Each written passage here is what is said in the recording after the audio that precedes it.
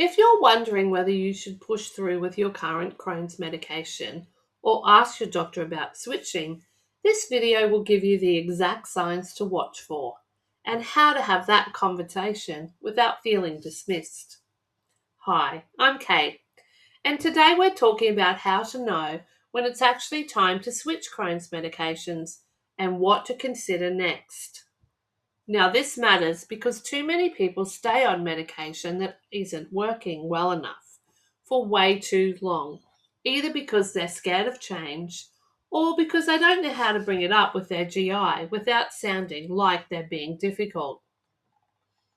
I've been on both sides of this conversation. As a natural therapist, I've sat with people who've been silently struggling on a medication for months, afraid to speak up. And also, as a mum and a wife, I've lived through medication switches with both my son and my husband. My husband went through 3 surgeries before we found what worked. My son tried 2 different biologics before we landed on the one that finally brought him into deep remission. And in both cases, there was this moment where we just knew that what we were doing wasn't enough anymore. But here's what I also know. That moment isn't always obvious. It's not always a full-blown flare. Sometimes it's subtler. And if you wait for things to get really bad before you speak up, you're giving the disease more time to do damage. So let's talk about the signs that tell you it's time to have the conversation. Here's what most people get wrong about switching medications. They think it has to be an emergency. They think they need to be in a full-blown flare or losing weight or ending up in hospital before they're allowed to ask for changing treatment. But that is not how this works. The goal of Crohn's treatment isn't just to stop a flare. It's to achieve and maintain deep remission, meaning no symptoms, normal inflammatory markers, and healing happening on the inside where you can't see it. If your current medication is keeping you okay, but not getting you there, that's a reason to talk about switching, not 6 months from now, now. The other thing people get wrong is thinking that switching medication means their current one failed. Sometimes it did, but sometimes your disease just evolved, or your body developed antibodies, or you've been on it long enough that it's losing effectiveness. None of that is your fault. It's just part of managing a chronic condition. And here's the naturopathic lens I bring to this. Medication decisions don't happen in a vacuum. What you're eating, how you're sleeping, your stress levels, your gut microbiome, all of that affects how well a medication works. So when we're thinking about switching, we're also thinking about what else needs to shift to give the next medication the best chance of working. All right, let's get practical. Here are the 5 clinical signs that it's time to have the medication switch conversation with your GI. Sign 1. Your inflammatory markers are creeping up, even if you feel fine. This is the one that people miss most often. You might feel okay day to day, but your CRP or fecal calprotectin results are trending higher over the last few blood tests. Inflammation is happening before you feel it. If your markers are rising, that's your early warning sign. Don't wait until symptoms catch up. When my son's calprotectin started climbing, even though he felt good, that's when we knew his biologic was losing steam. We caught it early enough to switch before he had a full flare, and that made all the difference. Bring your last 3 test results to your GI appointment. Show them the trend. Say, I'm noticing this pattern. I want to talk about whether we should adjust treatment before it gets worse. Sign 2. You have low-grade symptoms that won't fully resolve. Maybe it's not a flare, but you're having cramping a few times a week, or your bowel movements aren't quite right, or you're just more tired than you used to be. If you're living with symptoms that are manageable but never fully gone, your medication isn't doing its full job. I see this all the time. People will say, oh, it's not that bad, I can deal with it. And I say, but you shouldn't have to. The goal is remission. Not better than it was, not I can cope, but remission.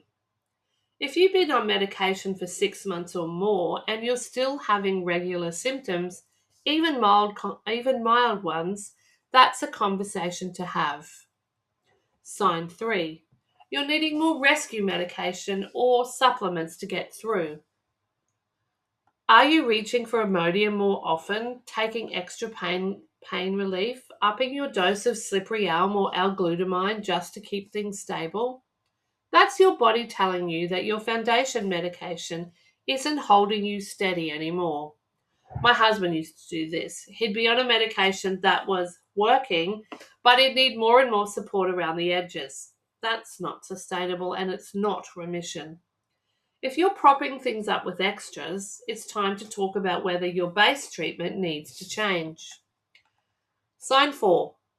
Your quality of life is compromised, even without obvious symptoms. Now, this one's harder to measure, but it's just as important. Maybe you're cancelling plans because you're worried about your gut. Maybe you're not traveling or you're avoiding certain foods out of fear, or you're just exhausted all the time and can't figure out why.